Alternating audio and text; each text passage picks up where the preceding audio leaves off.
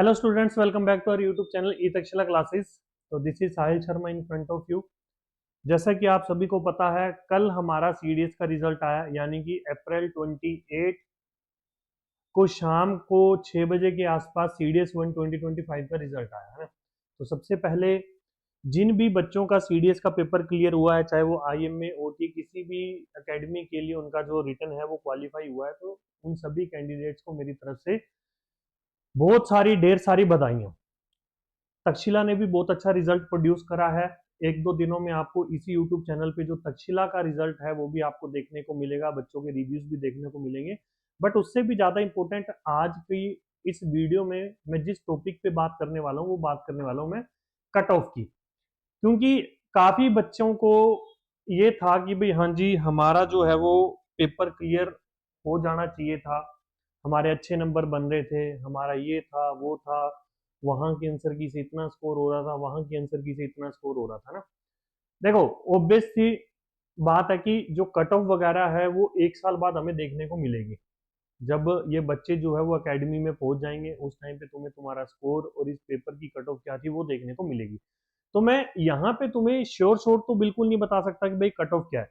But हाँ, जिन students का paper clear हुआ है उनसे मैंने जब बात की तो मैंने कुछ बच्चों का स्कोर ऐसा देखा कि भाई वो बहुत कम था, फिर भी वो ओटीए या फिर आईएमए में सिलेक्ट हुए हैं। ठीक है ना। देखो, मेरे अकॉर्डिंग जो ओटीए की कट ऑफ गई है ना, ओटीए की कट ऑफ जो है वो 80 के राउंड गई है। हालांकि 80 प्लस माइनस जो है वो 2 होगा, 80 प्लस माइनस 2 होगा। और अगर मैं आईएमए की बात करूं तो 120 प्लस माइनस 3। ठीक है ना, 122-23 के राउंड जो है वो आईएमए की कट ऑफ गई है, और जो ओटी की कट ऑफ है वो 80 प्लस माइनस 2 हमारी जो कट ऑफ गई है। अब अगर मैं बात करूं, देखो एक स्टूडेंट है हमारा जिसका रोल नंबर 700519 है, और उस लड़के का नाम है तुषार। अब इस बच्चे का आईएमए भी क्लियर हुआ है, ओटीए भी क्लियर हुआ है, और इस बच्चे का इस बार का एफकेट भी क्लियर हुआ था। तो जब मैंने इससे बात करी तो इसने बताया कि सर, मैंने तक्षशिला क्लासेस की यूट्यूब चैनल से जब आंसर की मैच की थी, तो जो इसका इंग्लिश का स्कोर था और जो इसका जीके का स्कोर था और जो मैथ का स्कोर था, इंग्लिश का स्कोर इसका था 42, और जीके का जो स्कोर था इसका वो था 36, और मैथ्स का जो स्कोर था वो था इसका 61। और इस बच्चे का ओटीए भी क्लियर हुआ है और इस बच्चे का आईएमए भी क्लियर हुआ है। तो अगर मैं इसके नंबर देखूं ना, तो ओटीए के लिए इसका 78 बन रहा है। तो अगर 78 पे इसका ओटीए क्लियर हुआ है, दैट मीन्स जो कट ऑफ है वो हाई नहीं गई। अगर मान लो कुछ थोड़ा बहुत एरर भी होगा तब भी मैं 2 से 4 नंबर का एरर मान सकता हूँ, इससे ज्यादा नहीं, है ना। ओटीए के लिए तो इसका 78 बन रहा था, और आईएमए के लिए तो इसका हालांकि 130 प्लस बन रहा है, 139, जो कि बहुत ज्यादा स्कोर है ना। फिर एक स्टूडेंट है हमारे पास जिनका नाम है यश, उसका रोल नंबर हमारे पास ये है। इस बच्चे का आईएमए, आईएनए, ओटीए के लिए इसने अप्लाई ही नहीं किया था, आईएमए और आईएनए दोनों में इसका जो है वो सिलेक्शन हुआ है। जब मैंने इससे बात करी तो इसने मुझे जो बताया कि सर, मेरा इंग्लिश में जो स्कोर बन रहा था वो अराउंड 40 के अराउंड बन रहा था, जो जीके में स्कोर बन रहा था, जीके में इसका स्कोर बन रहा था 35, और मैथ्स में जो इसका स्कोर बन रहा था, मैथ्स में इसका स्कोर था 52।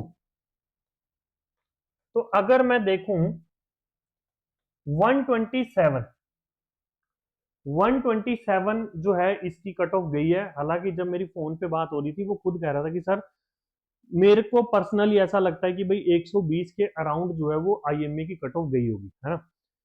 मेरा भी मानना यही है कि भाई हार्डली जो है वो 123 या 125 तक इसकी कट ऑफ गई होगी।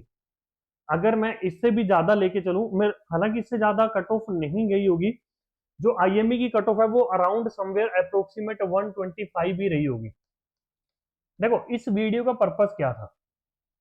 इस वीडियो का पर्पस तुम लोगों को किसी तरीके से गुमराह करने का नहीं था। इस वीडियो का पर्पस ये था कि अगर तुम्हें लगता है ना कि भाई तुम्हारा स्कोर यहाँ कहीं सराउंडिंग में था, आसपास कहीं था, चाहे तुम 10 नंबर के भी गैप में आगे पीछे हो, 10 से 15 ओटीए के लिए अगर तुम्हारा जो डिफरेंस है वो 10 मार्क्स का, और आईएमए के लिए अगर तुम्हें लगता है कि तुम्हारा जो है वो 15 मार्क्स का डिफरेंस रहता है, तो मैं तुम लोगों को ये सजेस्ट करूंगा कि भाई जो मोमेंटम तुमने पिछले एक महीने से बना रखा था ना, उसको बिल्कुल भी ब्रेक मत करना।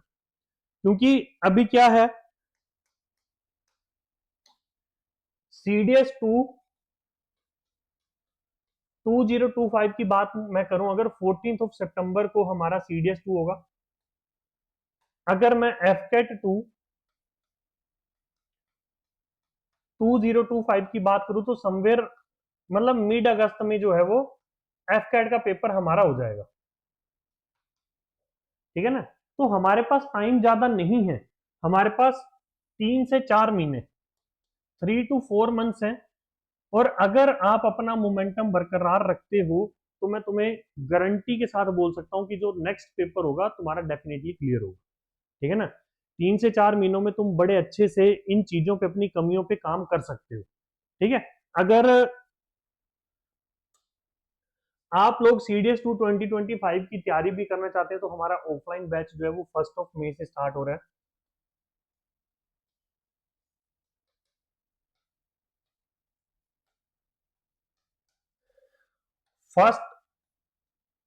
1 मई से हमारा जो है वो सीडीएस और एफकेट के लिए बैच स्टार्ट हो रहा है। तो अगर आप में से कोई भी बच्चा इन बैचेस में इनरोल करना चाहता है तो you guys can contact us at these number और 9518886054। ठीक है जी, जो हमारे ऑफलाइन बैचेस होते हैं उनमें हम लोग क्या क्या प्रोवाइड करते हैं, देखो एक तो बच्चे का पूरा सिलेबस हम लोग कवर करवाते हैं, 1 to 1 उनका टीचर और स्टूडेंट का इंटरेक्शन रहता है, डाउट सेशंस रहते हैं, वीकली मॉक टेस्ट रहते हैं, और सिलेबस जो है वो पेपर से लगभग 1 से 1.5 महीना पहले खत्म हो जाता है, और लास्ट के 1 से 1.5 महीना जो है वो फुल लेंथ टेस्ट चलते हैं।